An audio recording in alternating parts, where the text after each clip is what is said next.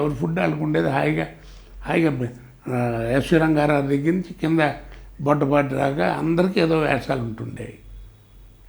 ఇప్పుడు అసలు అది లేదండి. ఎవడికాడు ప్రతివాడు చేదస్తం అనేవాడే. ఎన్ని సినిమాలు చేస్తున్నారు చెప్పండి, నన్ను చేదస్తం అనేవాళ్ళే. వాళ్ళ ఊరికే మాటలు ఎందుకండి?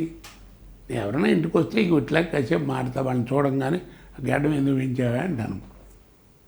తప్పేముంది? ఎందుకు అడిగావంటే ఆన్సర్ లేదు. నువ్వు ఎందుకు పెంచావో చెప్పగలిగితే నువ్వు ఎందుకు అడిగావో నేను చెప్తాను. ఆ గడ్డం తీసేసి రోడ్డు మీద వెళ్ళమనండి, ఎవడన్నా గుర్తుపడతారేమో అండి. ఊరికే ఇప్పుడు జూనియర్ ఎన్టీఆర్ వాళ్ళు ఉన్నారు, వాళ్ళు గడ్డలు పెంచినా నాకు పెద్ద ఇష్టం ఉండదు. ఎందుకంటే వాళ్ళు చక్కటి మొహం, పళ్ళు కళ్ళు తప్ప ఏం కనపడవు. వాడికి ఏం మేకప్ చేస్తారు? బొమ్మాయి నుంచి వస్తాడు, ఏమిటి చేసేది? ఎక్స్ప్రెషన్ అంటే తెలుస్తుంది. నటుడు అంటే నటించాలి, ఎక్స్ప్రెషన్ తెలియాలి, అన్నీ ఉండాలి.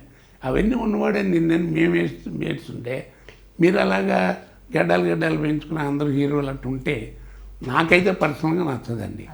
ఈ జనరేషను అది తప్పదని అనుకుంటే దానికి నేనే ఆన్సర్ చేయలేను. కాకపోతే పెద్దవాడిని కాబట్టి చెప్పడం నా ధర్మం. వినకపోతే ఇక వాళ్ళ ఇది నేనేం చేయలేను.